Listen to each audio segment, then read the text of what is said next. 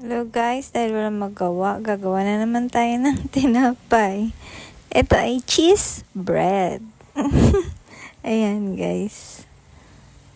So, nag-start lang ako sa flour, pinch of salt, and 1 tablespoon of sugar. Mekos-mekos mo lang yan guys. Then, meron ako ditong warm water and active yeast.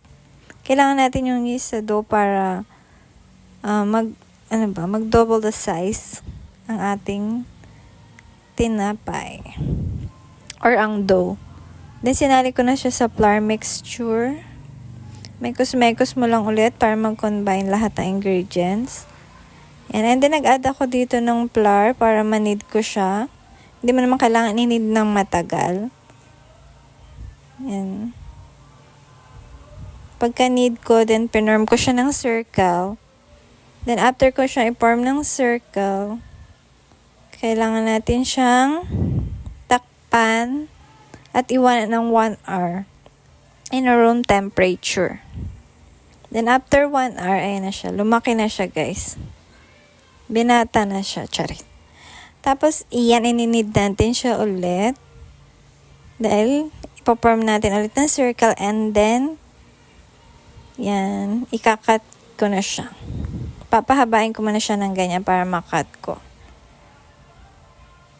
Yan. Since ang gagawin ko ngayon is mahabang tinapay. So, yan, plinat ko na using rolling pin. Then, ang ginamit ko ditong palaman is cheese, yung melt cheese talaga. Kasi pag yan ang nilagay mo guys, pag nilagay mo sa oven, talagang tunaw na tunaw siya. Unlike yung ordinary cheese na kahit i-bake mo, buo pa rin siya. Pero depende na rin sa inyo yung kung ano yung gusto mong gamiting cheese. And then, ulit-ulit yun na lang hanggang matapos nyo, maubos nyo yung dough.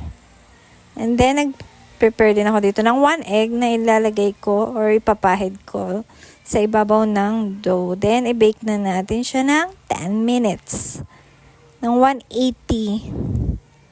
Thank you for watching!